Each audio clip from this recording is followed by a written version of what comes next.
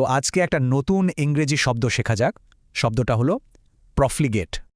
চলুন একটা গল্প দিয়ে শুরু করি। এই হলো জামান। ও টাকা খরচ করতে দারুণ ভালোবাসে।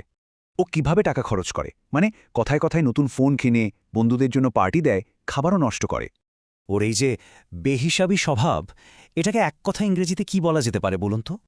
এই শব্দটাই হলো প্রফলিগেট, মানে টাকা পয়সা বা যে কোনো কিছুর বেহিসাবি অপচয় করা। এটাকে কিন্তু দুইভাবে ব্যবহার করা যায়।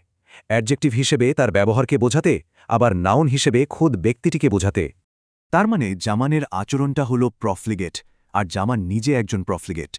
এই যেমন এ বাক্যটাতে বছরের পর বছর এমন প্রফলিগেট স্বভাবের কারণে সে কিন্তু আর্থিক সমস্যায় পড়ে গেল। তবে শব্দটা কিন্তু শুধু একজন মানুষের খরচের ক্ষেত্রেই ব্যবহার হয় না।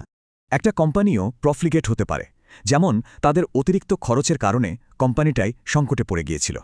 এমনকি সরকার বা রাজনীতির ক্ষেত্রেও এই শব্দটা দারুণভাবে ব্যবহার করা যায়। এই বাক্যে যেমন একজন রাজনীতিবিদ জনগণের টাকা অপচয় করার জন্য সমালোচিত হয়েছিলেন। আচ্ছা, শব্দটা সহজে মনে রাখার জন্য একটা দারুণ আইডিয়া দিই, কেমন?